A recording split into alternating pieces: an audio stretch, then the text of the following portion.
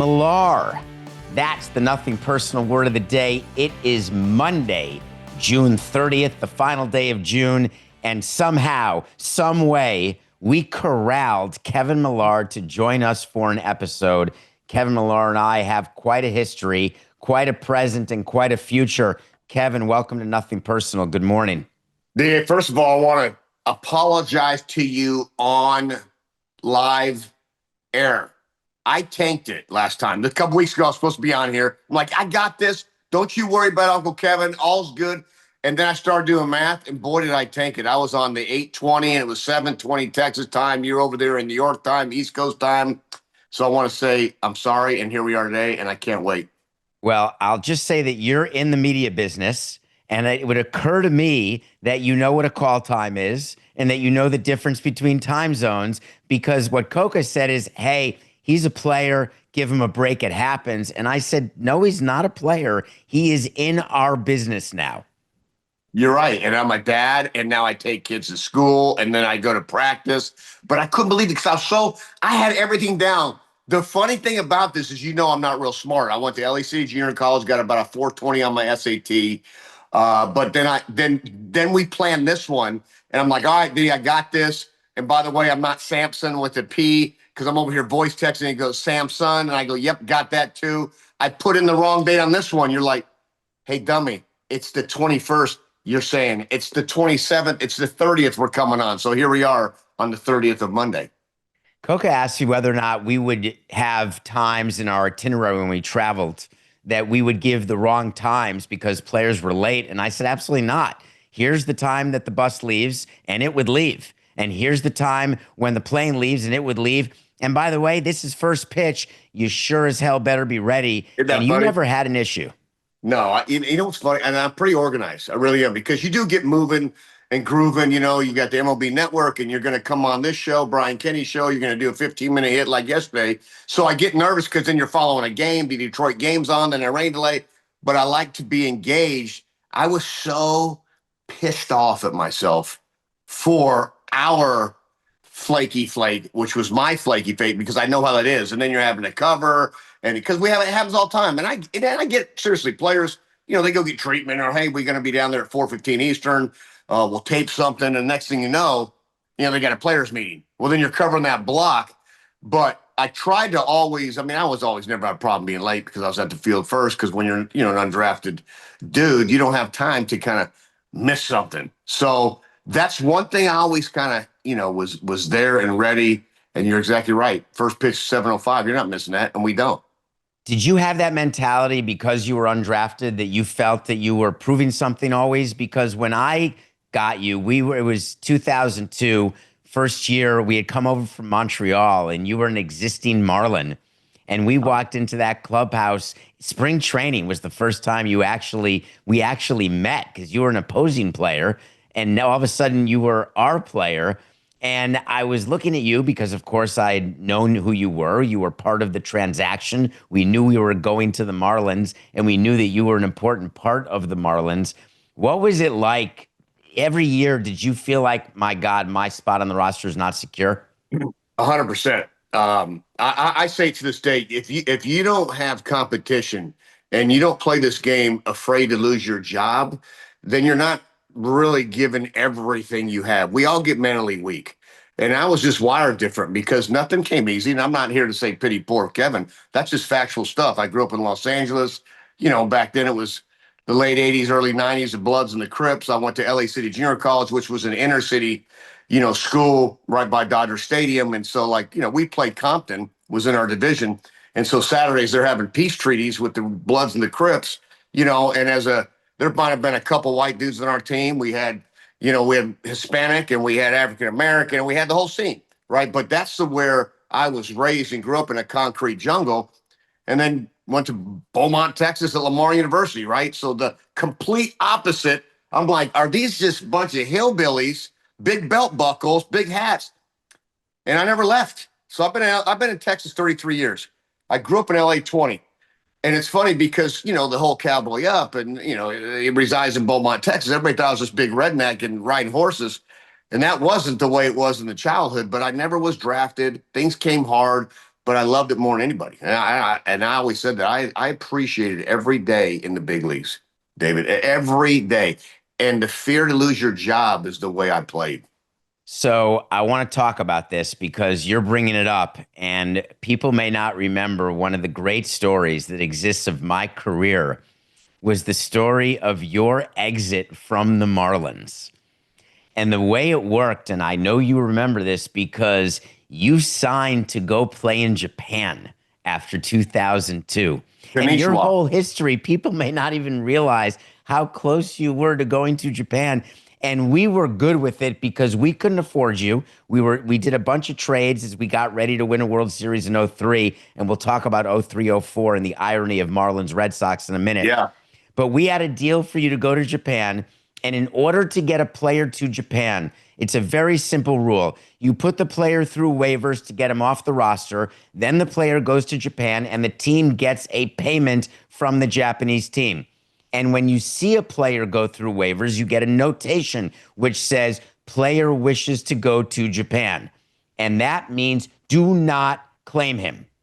That's The right. Boston Red Sox claimed you when we were trying to get you to Japan, which stopped us from selling you to Japan. And you walk in and say, yeah, I didn't think I'd get anything, but I got the Red Sox. I don't want to go to Japan anymore. And we went to the commissioner, Bud Selig, and said, absolutely not. Screw him. He's going to Japan. We're taking our money. And you may not know this. We got made whole by the Red Sox. They 800. gave us the money for you that Japan was going to give us, and they took you. So $850,000 you want to sign Todd Hollingsworth, Kevin Millar. You're going to get 800 something thousand, I believe, from the Shinichi Dragons. The business is the business, right? You guys are in it for the business. As far as saying you can't afford me, probably far-fetched because I was making minus 150,000 with you guys. No, you were getting into arbitration years. Yeah, but as a guy, it's fascinating because Theo Epstein was 28-year-old taking on his first general managing role at that going into that 2003 season, right? And it was so crazy because what you just said is exactly right. When a player goes overseas, you got 29 other teams that get a chance to claim them. Nobody's ever been claimed going overseas because you're kind of like, they're not going to hurt me. They're not going to hurt me, whatever. And I'm not Barry Bonds or Sammy Sosa. I'm just a kind of a common baseball player, but I had a couple good sneaky years with the Florida Marlins, right? Back-to-back 300 years. I hit 20 home runs, 85 RBIs, I think, in '01. And then '02, I had 315, whatever it was. So that's what it was fascinating because in a small market doing that, it was kind of, you were just a dude. And that was the year when everybody was kind of non-tendered. You had your like Travis Lees and Robert Fix and David Ortiz and Kevin Millar. We all kind of linked in the same maybe 20 home runs, 275 to 3 guys could hit, but like weren't stars. And it was like this cesspool. But all of a sudden, I'm going to Japan. I'm like, all right, let's go. It was the most money I was going to get. It was like a 2-year, $5.5 million. I'm like, I'm rich. I'm now finally David Samson. I could be rich, you know? And me and my wife, Gina, went down and we celebrated this whole thing. And then I got claimed. It And was you want to talk? insane. It's insane because on this side, now you have my agency, which is the Seth and Sam Levinson. I used to call them the Jewish Cowboys. And we were on the phone every day for 4 weeks, but the time changed. It was like 3 in the morning, and you had Theo Epstein, and you had, John Henry, who sold the team to, Jeff and you guys. So I was sitting there going, what is going on? Like, honest to God, it was this trip from a player side, right? You guys were dealing with the business side and trying to whatever the heck it is. And I'm sitting over here going like, what's going to happen now? Well, you were willing and wanted to and were happy to play in Boston. But the question was Boston going to let the claim go? Because once you claim a player, that, they have the rights to that player. And we just would have been out of luck. We would have been out of the player and out of the money we would have gotten from the Japanese team, the Dragons. And so you go to Boston and people, it's 22 years ago, but it seems like yesterday to me. Right. We had beaten the Cubs in a very famous NLCS, and we were sitting at the hotel because we didn't know whether we were going to fly to Boston to play you, Right. and John Henry, who had just taken over the year before in that franchise swap. And now the Marlins and Red Sox could be in the World Series. And it was an amazing game seven. And Jack McKeon would not wait anymore. So he made us go to the airport, but we had no flight plan because your game was still going on. Right. And then by the way, I wanted to play Boston because I wanted to beat John Henry and I wanted to beat you. I Dude, thought that it would have been amazing. And then Boone goes deep, and that's it. We fly to New York. it was when I tell you it was supposed to be the Cubs and Red Sox World Series, two organizations of 100 years and 86 years, right? So the world's kind of like, oh, this is great. And all of a sudden, this fake Steve Bartman, God bless his soul, like that didn't even make sense. So this whole fan touches the ball. We have this whole thing, and now he's getting death threats. I'm like, oh my God, what's Marlins beat the Cubs, and then here we are up 5-2 in the eighth with 2 outs. You're thinking Red Sox are going to beat the Yankees. They tie it up. They homer, and now it's the Yankees and Marlins. It went kind of different. Right when you guys beat the Cubs, you're thinking, okay, we're going to play the Red Sox. And what a perfect scene for you guys, right? I mean, you got Deloria and you got John Henry, and the team switch. He buys the Red Sox, I think, for $750 million, including the Nesson deal. Now that's worth probably $10 billion. Now here we go. If the Lakers are $10 billion, we're going to just keep going up these franchises. But it was so awesome, right? You guys get there. Josh Beckett is one of the greatest games, I think, to this day. Doesn't get enough credit for going in as a 23-year-old dude on 3 days rest. Lock in on that for a second. 3 days rest. We can't have dudes go 85 pitches, but yet he goes up there and shuts that lineup out in that stadium. As you know, growing up around there, I mean, the Yankees are the Yankees, right? There's some kind of ghost flying around there with Jeter, and you guys did it. What do you do in the clubhouse? Because I've never lost a game seven, only won them. So when you go into the clubhouse in '03 and you've just been walked off and your season ends and you felt that it may have been magical. Don't forget back then the Red Sox had not won a ring. This was not you. This was still the beginning of what became a very successful run by John Henry and the Red Sox. What's going on in that clubhouse right after game seven? Tears. You got grown men crying. You got dads. You got dudes. And I'll tell you this, Dave, is that game was unbelievable. Mario Rivera, I mean, he could have thrown probably 20 innings and we probably wouldn't have got a ball in the infield. He was on fire that night. And so we go out there, I think it was 11th or 12th inning, whatever it was. And I was throwing the ball, around at first base and boom, and here we are. And I throw it into Papa Jack, who Ron Jackson was our hitting coach. So you kind of one hop them and then they catch it over there on third base. And I looked over and I was trying to tell Trot next. I'm like, all right, we got 2 down now, or nobody out now. Start of the inning. And it was like, it happened so quick. And I was just with Aaron Boone a couple weeks ago on Father's Day. They were playing the Yankees Sox, and we were up there. And I introduced Booney to my 2 boys. I got one Cash playing junior college, and Canyon's playing, just finished a senior in high school, but they're baseball players. My point is this: I know that's how old we are. That's why I'm still putting mascara on my. I knew them when they were this big. Handlebars. Yeah, dude, it's crazy, right? It's like, it is crazy. So I told Booney, I said, Cash is a big Red Sox fan, of course, the boys now. I was like, this is the dude. This is the dude. When your dad said, nobody out, Trot, and I just turned around and I was like, it was over. You walk off that field, there's 67,000 people.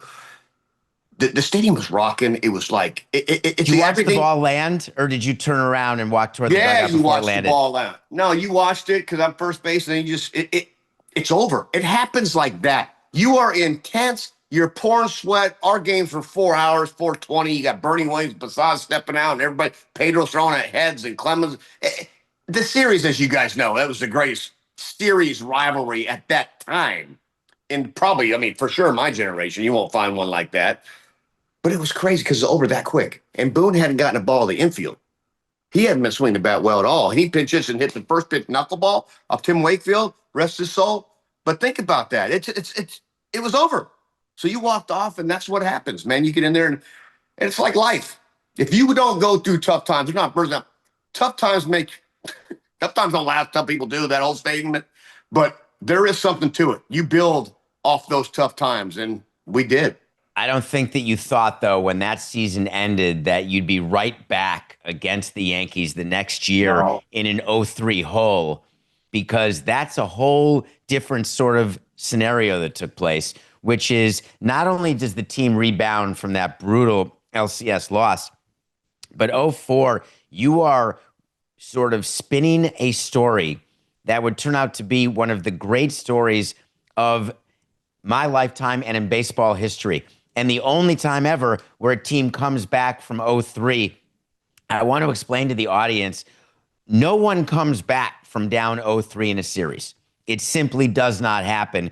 You are an interesting leader in that you have a way about you, Kevin, always when I had you and since and even in your media career, that you have a way to disarm a moment and you have a way to compartmentalize a project, which is to say, you're not thinking about game 7 during game 4. You're making sure your teammates are thinking about game 4 and game 4 and not winning 4 games, winning 1 game. You were the one I went to down 4 runs. I can't get a grand slam with no one on. And you were always aware, I got to get on base. It's not my job to hit the home run right now. What were you doing down '03? Yeah, we got beat really bad too. It wasn't like it was a close game. We lost 3-1. Like they smashed us. It was like 16-9. My dad will never forget it. He said, "Hey man, I just want to let you know." And then we're walking out. We're down 0-3 in a 7-game series to that team. There's a Yankees team. There's that team. 1 through 9, that team. I mean, Matsui was the best hitter in that team. You had A-Rod, you had Jeter, you had Giambi, you had Posada, Bernie Williams. They were the greatest offensive club. Like, that's why I tell you, when Beckett, what he did in '03 to that team, it wasn't like facing this Yankee team. If Josh Beckett went down and, this team today and that team back then, there's 2 different ball games. So that Shocking. team, yeah. So to that team, it did make sense to the world, right? So, and we got crushed. And my dad goes, "Well, I think Matsui and Sheffield all had 4 hits the night before, hitting balls off the monster. A-Rod's going deep. He thinks the series is over after 3 games." And he goes, "I hope the only saving grace maybe have blisters. They can't come back the next day." And I looked at my dad. I'm like, "What?" He said, "Yeah, I mean, they had like 8 hits. They were 8 for, 8 for 10 and, 4 homers." But I was just like, when he said that, I was like, "Yeah, you know what? This is it." And it doesn't make sense. But being that, I don't know if that is because I was undrafted. Nobody believes in it. And I'm just a dreamer because I really am. I mean, I always, as a kid, I'm playing the big leagues. I'm playing the big leagues. What are you going to do when you don't work out? I'm going to play the big leagues. Well, what are you going to do on your fallback thing? I mean, nobody plays in the major leagues. I know everybody. I'm going to play the big leagues. So I'm like Rain Man on dreaming. And that was it. I'm like, "Dad, watch. Just watch. I don't know how it's going to happen. I really don't." Game 4. Wait, you called it before game 4, you called that you would win 4 in a row. So I woke up the next day now the morning of game 4, there's an article in the Boston Globe by Dan Shaughnessy, and it's a pack of frauds. I'm reading this article, the word frauds. And you've said stuff to kind of irritate dudes. I say stuff that when you hear a word, they might be better than us, but the word fraud, that got me. So I'm over here taking a number 2 on the toilet back when you used to read the paper and not stare at our cell phones and devices. And magazines. And magazines, you're darn right. There's some great magazines in the boys' bathroom in the clubhouses. Cheers to those. Those are lost art. Lost art. And I'm reading this. I'm like, did he Kevin, we had a subscription line in our budget. There's a subscription line for magazines in the clubhouse. Some was Dubs, which was rims and tires. Because I'll tell you right now, we were the league minimum on salary. We had the highest cars. You would have thought we were the highest paid team. You had Lexus rims, 40-inch rims. We had Mercedes, Alice Gonzalez. But anyways, we're sitting there. I'm reading the paper and fraud. So I said, fraud? That's when I got pissed off. And I went in the clubhouse that day. And without that, I still tell Dan Shaughnessy, I go, "Dude, maybe without your little snarky comments in the papers, we don't win." But I'll tell you what we did. It pissed me off. I get there at 12:30, so I'm starting yipping and yapping. Now it's time. When they walk in, I'm going to, because now you're in my house. You guys are all uncomfortable walking into our clubhouse because that's where we're naked. We're getting dressed. We got music. We're talking stuff. You got racist comments flying around in corporate America, but it's brotherly love in that clubhouse. So there's stuff that people are like, "Whoa, oh my God." So there's an uncomfortable feeling to the media. But when they do their job, they're not uncomfortable writing massive hurtful word stories. So now it's time, right? So Dan Shaughnessy had this red perm. He comes walking in, and that was the first thing that came to my mind. I don't know where it came. I was like, "Your hair sucks, Dan." And all these media guys shuffling, they're kind of looking like, what? "Your hair sucks." And all of a sudden it was kind of like weird, right? I said, "Frauds? We're packing frauds?" David Ortiz a fraud, Pedro Martinez fraud, Trot Nixon, Bill Miller's a fraud, Johnny Damon's a fraud, Jason Veritek's a fraud, captain. It's like calling Derek Jeter a fraud, right? So at that point, they might be better than us. That's fine. But we're not frauds, right? If you can't bench press 250, doesn't mean you're a fraud. If this guy, Hell yeah. you know what I'm saying? So I go off, well, guess what? Poppy's like, yeah, bro, whatever Millar says. So now instead of this poor us, we're down low 3. People are start picking up their boxes and taping it up because the season's over. No, dude, we crave this like this pissed off, like, yeah, let's go, pimp. And then it became the boomstick mic down below. Why are you so hard on me? Now it was on tape. And it happened exactly. I go, man, I have no idea we're going to win this game. Derek Lowe versus the Yankees. Terrible matchup for us. We have no idea. Derek doesn't know how we're going to win. But don't let us win tonight, because if we do, we got Pedro game 5, Schilling game 6, and anything can happen game 7. And that was the way it was truly designed, organically, developedly. It was the word fraud, and by Dan Chauncey, and we still laugh about it today. But everybody, when they're down 3-0 or 3-1, has the same roadmap. Just get me one. I'll figure out a way to get a second. Then game 6, the pressure's on them, and then win that game 7. Anything can happen, except you guys stars. are the only one who ever did it.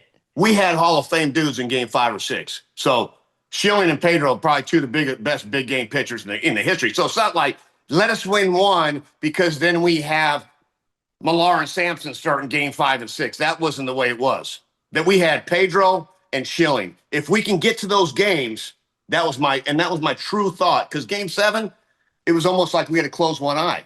It was done. I mean, the Yankees. So you're going against Kevin Brown, and you're saying, you know what, we got this, because the offense in game 7, as I would recall, you guys put up like 4 or 5 runs in the first inning or the first 2 innings. Johnny Damon hit a couple homers. I mean, Poppy went deep. By that time, they are crushed. They are crushed.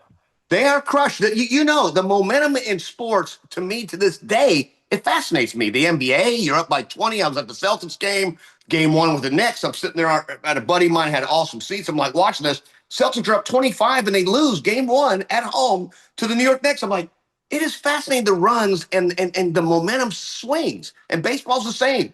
You start seeing this little, they're tighter and tighter because we have nothing to lose. It's like Tommy Fleetwood trying to win a major, right? Keegan Bradley's just bombing 3 woods and you're trying to hold on to the lead. Sometimes it's harder to hold on to the lead than just balls to the wall. Don't ever play scared. Don't ever play scared. Never be afraid to fail.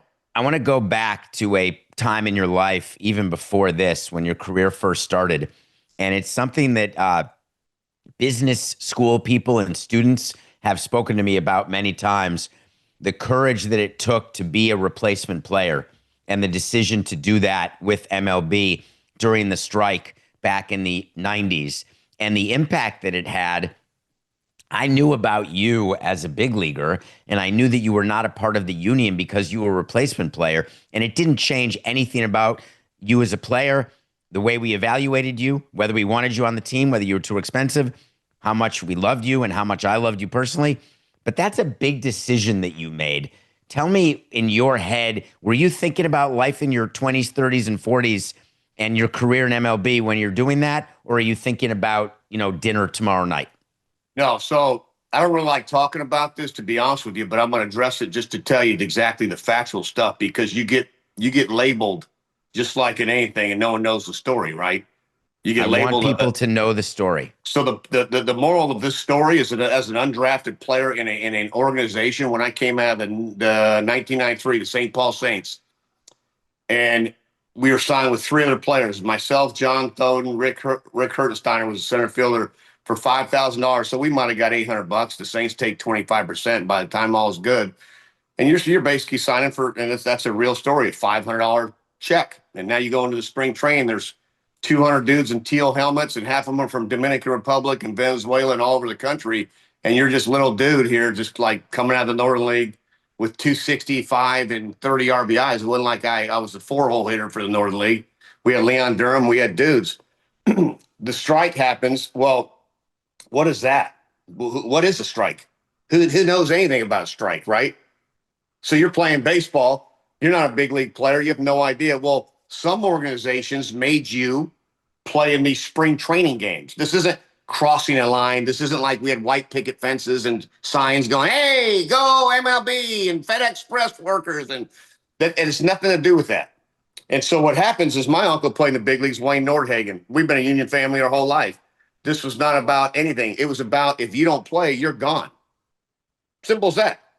So there's no like, I had to make a choice. This was like, hey, I got $1 million in my bank. I'm a first round pick. If I make it to, I'm not supposed to be in the big leagues. So they asked a bunch of us to go cross, they say the line. There's no line. Renee Latchman was the manager there. We played over there at the Space Coast Stadium. And the dudes that were on this list that would go play in a game, and you go over there and got 2 at bats, played a game. I don't know if I was 0 for 2 or 1 for 2. It has nothing to do with anything. No big deal. You come back over. Holy cow, this is the big league clubhouse. Wow, this is amazing. Great. There's a strike going on for Major League Baseball.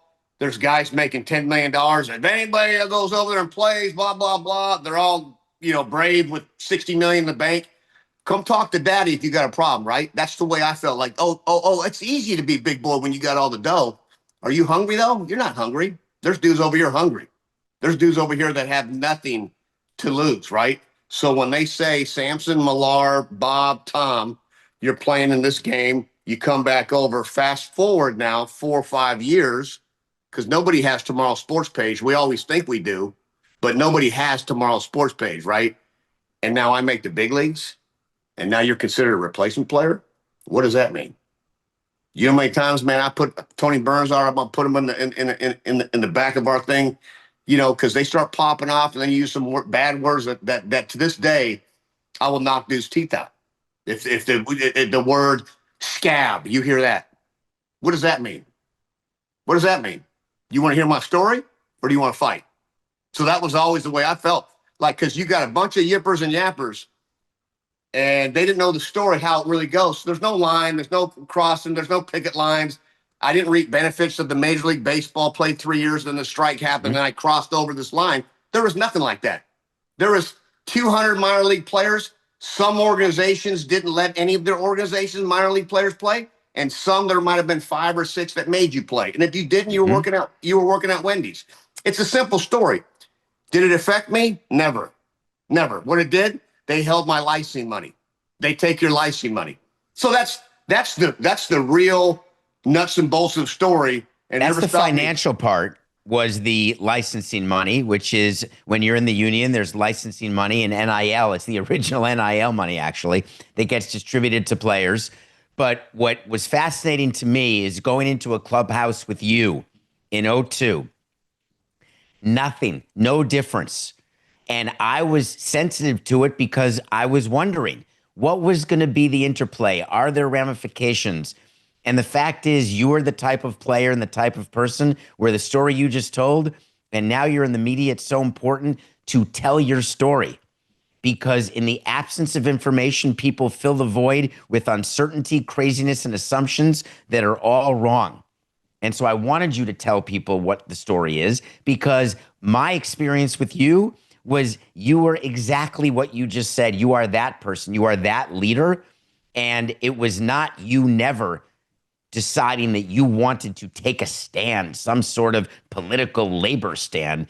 This is you dancing for your dinner in an industry where almost nobody gets to eat. Yeah, it's and there was players that, we ran into it a couple of times that are now friends and we befriended and stuff, but there's a lot of popping off that goes on, right? And there's a lot of judgment, and that's society that we live in now. But back then it was different, and it was still, we had spring training, then you have the union meeting, they'd ask you to leave. One time they asked me to leave, which I never left. I sat right there because I always felt my one quality, I might not be able to run, field, hit, or throw and all the stuff, but I know one thing, I could lead. And I led, and those teams that I was on, and every team we went to, we won. And I was a factor to grabbing a group of 25 dudes from different places and egos and playing winter ball in Mexico, Dominican, Puerto Rico. I have nothing to lose. Who are you going to talk smack to about my story? You want to walk in these shoes, pimp? Then come on, I'll take you for a ride. But I wasn't the first round pick in the big leagues in 2 years and then signed a big $50 million deal. I mean, there's guys I played 12 years in the big leagues, made $20 million in 12 years. There's dudes that make that in a year. Right, I got buddies Lackey and Buckholes, and we all live next door in Arietta. Like, they make that what I made 12 years in 1 year. I had to work 12 minutes after I got released by the Cubs in 10. That's cool, but that's who I am. That's my story. But I tell you what, it gave me the ass. That was the one thing, because I'm a lovable, nice guy. Everybody's got a snapping point, but that was the one thing going through my career. If I felt a little just gossip and just kind of like, I was always a guy that kind of fronted. You got a problem? No, no. I was just wondering, like, well, yeah, I'll tell you my story, but don't sit over here and pop off. And it happened in dugouts to different Did guys. you feel like it happened with us? Did you feel like on that team that happened? No, no, not on our team. I mean, Yeah, one I guy. didn't see that happen. No, we had one instance, but no big deal. Mark Coxey and all the guys, our player reps. I mean, they knew me. I came up. So if you know Millar, then it's not even a story. If you don't know Millar, then it was like, oh yeah, you get linked in all these names and all these things and all a replacement player. And that's where it would rub my ass the wrong way. So it was something I dealt with my whole career. Maybe once a year there'd be a pop off. Now I'm a 53-year-old grown man, with father of four. So now it doesn't affect anything. I'm sorry, Kevin. Are you now playing the good father of the year, I am a 53-year-old responsible guy? Hold on. Is that what you're saying? 7 years self-proclaimed father of the year, back-to-back husband of the year in 13 and 14. My wife asked me what happened 10 years ago. I need to stop the show. I have to, because if Kevin's going to say he's husband of the year and father of the year, then I'm not sure where to go with that. It's like a mic drop. It's the best Instagram come in ever. Self-proclaimed 7-time father of the year, back-to-back husband of the year. Locking on that. People go, really? Where'd you get that? I said that. You're Kevin Millar. And there's no way she believes that. Anyway, nope. She doesn't. I'm going to gain my composure because I've never been nominated for Father of the Year. Certainly not Husband of the Year, not even a husband anymore. But I certainly thought that I had next to me Kevin Millar. It turns out I don't. But I really do. Let's talk about your career now. You're in the media. You're watching baseball every day. Tell me what frustrates you the most, because I want to trade both love and contempt, because I've got so much love for today's game, but there's also a part of me that has some contempt for it because of some of the players and how the game is played a little differently than I would like. When you are engaged in the game, which you are now every day, what about today's game is your favorite part? I've gotten to the point of accepting the celebrations, the dugout celebrations in a home run. They're putting on the hats, they're pushing down a little cart, whatever the skit is, right? When that first came out, I was kind of like, wow, because when we played, and it was the facts, Pedro Martinez will throw the ball at your face. I would swing at a foul ball, facing Roger Clemens, and the next pitch is at my face. I'm like, why? Well, I'm not allowed to have success off you, 7-time Cy Younger. And that's the way it was. If they felt you did something, we policed ourselves. Now we're in a generation where you're allowed to have your shirt down to your belly button, and you can have 15 gold chains, and you can have different colored guards from our different color places, and kind of brand, which I was always a guy like teams win championships, not players. And now we're in a situation where you can be famous on Instagram or Twitter or whatever, but I think I've kind of embraced the home run celebrations, right? Like I'm not as cranky as get off my yard, old man guy like my dad. Like I love this game. I played it more of an old school way. I think our generation was one of the last generations of that.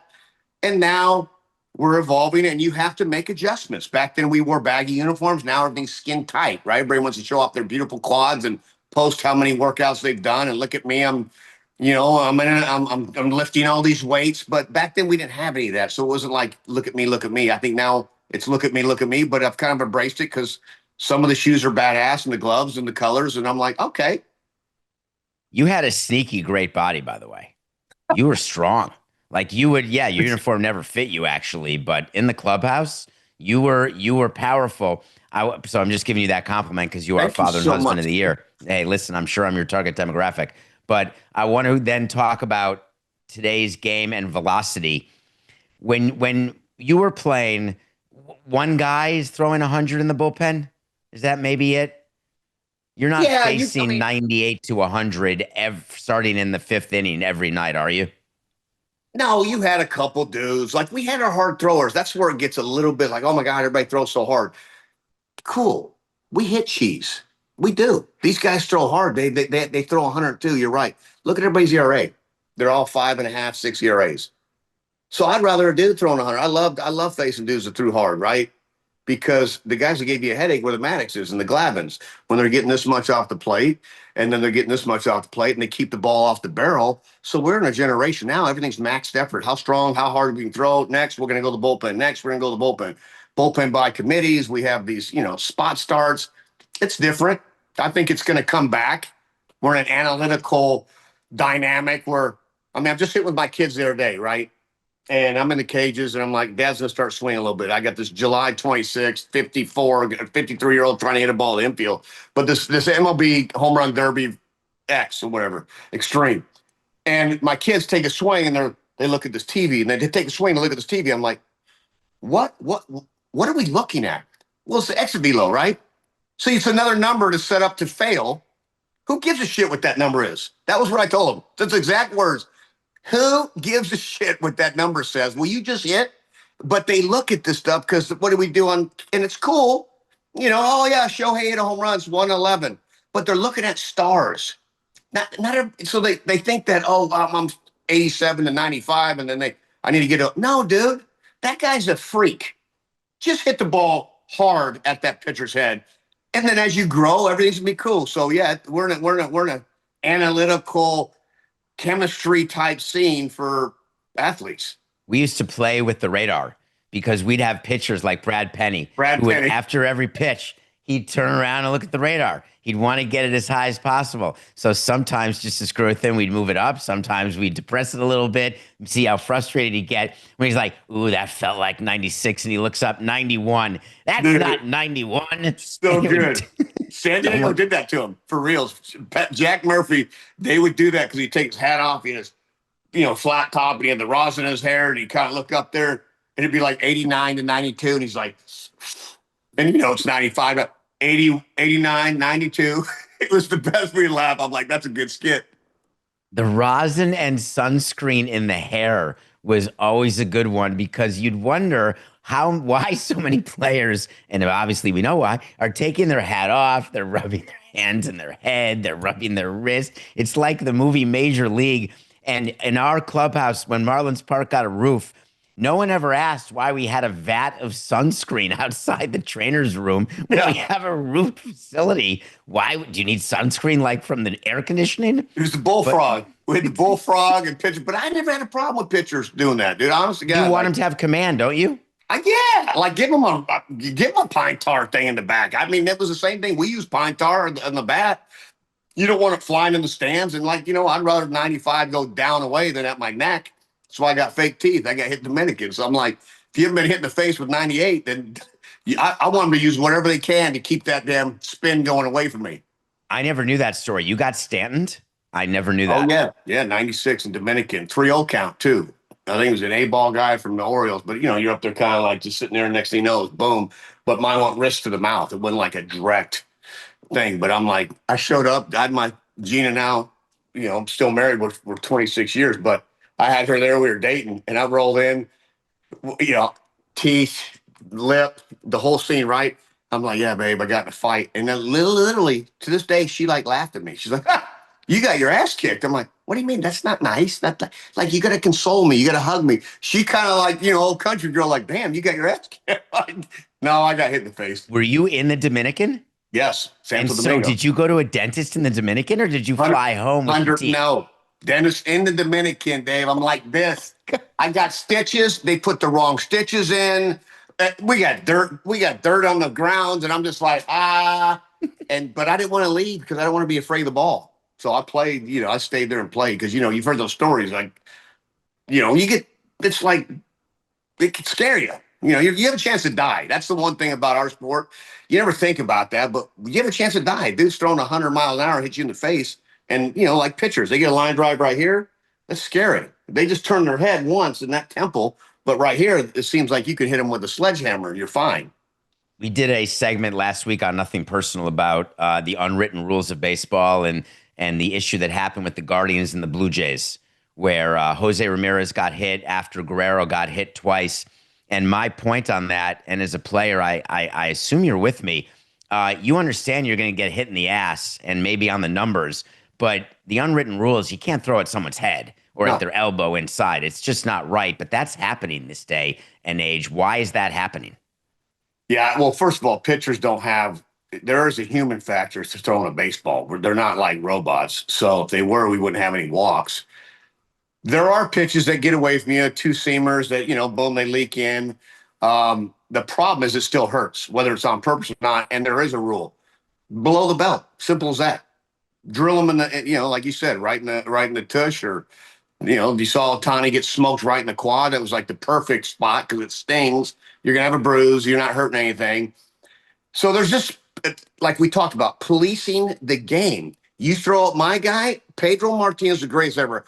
Clemens hit me, same thing, right up in the hand area. I took a swing, and he was pitching the next day. He slid over to me. We had Ramiro Mendoza pitching for us, who pitched for the Yankees the year before, and he wasn't going to hit anybody, right? So Pedro was pitching the next day. He slid over to me, Dave, and he said straight up, he said, "Hey, who do you want?" I'm like, "What? Who do you want tomorrow?" I'm like, "Damn." And the Netflix thing on the comeback that came out, this is exactly the way it went. And I said, he's asking me basically who he's going to throw a 100-mile-an-hour fastball out, basically to kill somebody, right? That's basically what it's like. He has a chance to hurt somebody because Clemens almost killed me. And I said, I don't know, Jeter. I didn't know what to do.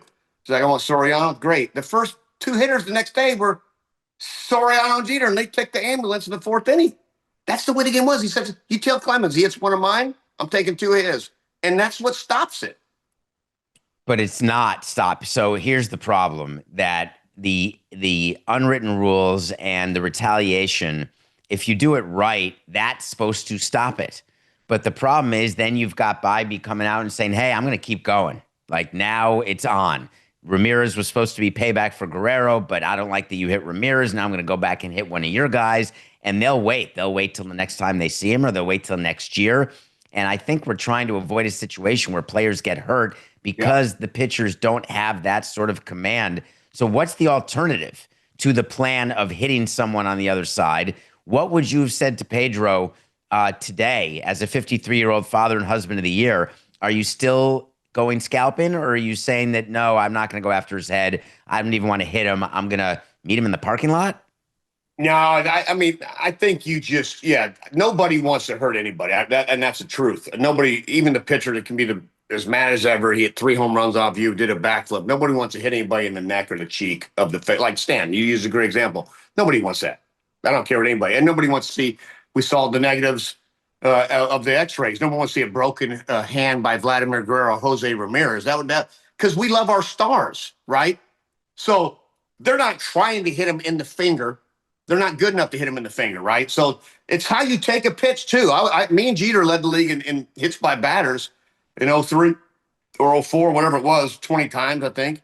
But it's how you take a pitch. A lot of these players take pitches this way, and then what happens? We're exposing this.